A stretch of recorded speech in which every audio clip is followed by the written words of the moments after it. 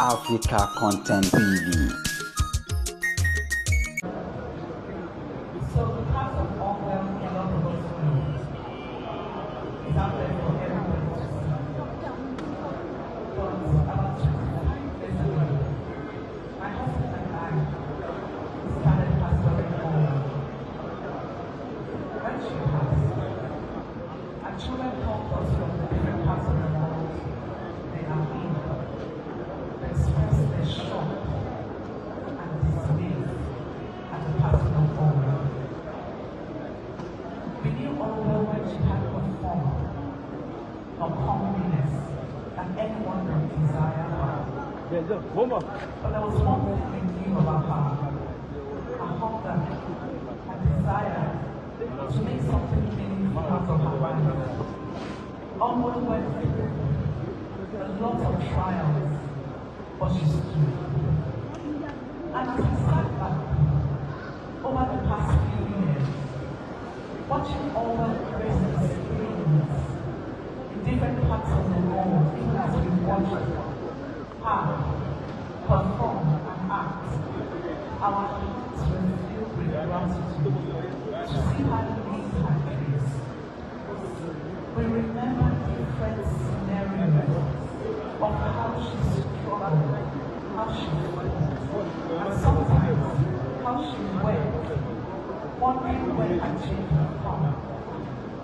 We look at the biography and we say to ourselves, if Orwell had the opportunity to write her story, she could have written in history. And I said to myself, it's important that we write our stories ourselves, so that we can be represented in the way we truly live. Today, we celebrate the life of this woman who brought joy to a lot of our hearts. A lot of us would tune to the screen so that we would laugh and be happy when she acted. But today, the acting has ended. The light is dim. Not because there is not a God that could have saved her, but because there is a God that wrote her story and knew when the story had to end. And so, as I give this tribute in honor of the life that Orwell lived, I also am challenging myself and everyone to remember what the Bible says. The Bible says, Lord, teach us to number our days so that we will apply our hearts to wisdom. If Orwell had a choice, she would have loved to live longer. But the interesting thing about life and the interesting thing about our Maker is that it doesn't give us a choice. What He has written is what we will do. And today, we celebrate this life. We celebrate her memory. We celebrate the choir that she led over the years. We celebrate the life that she taught.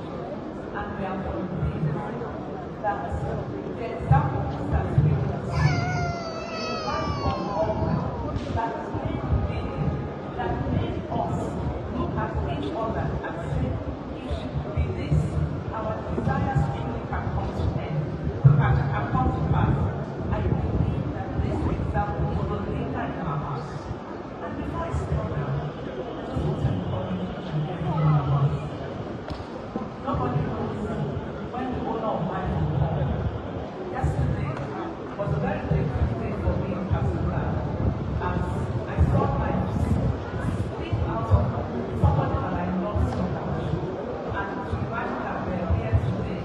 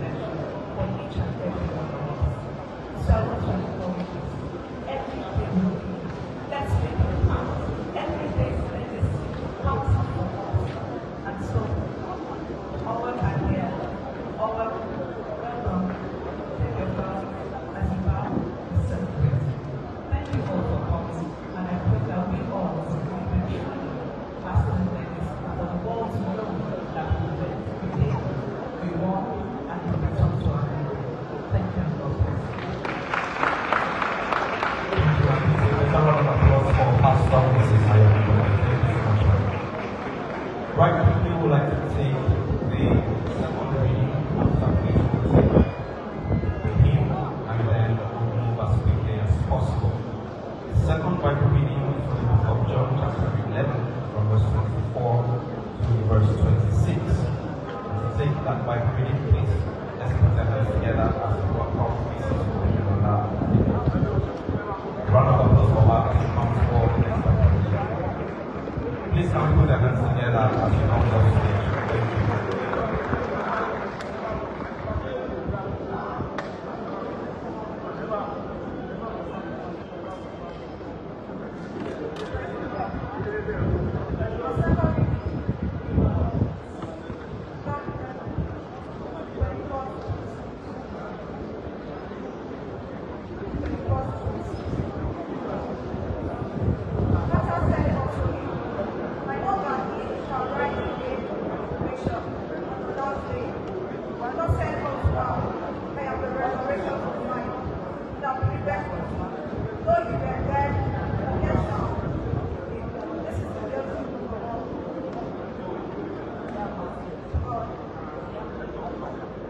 Thank you.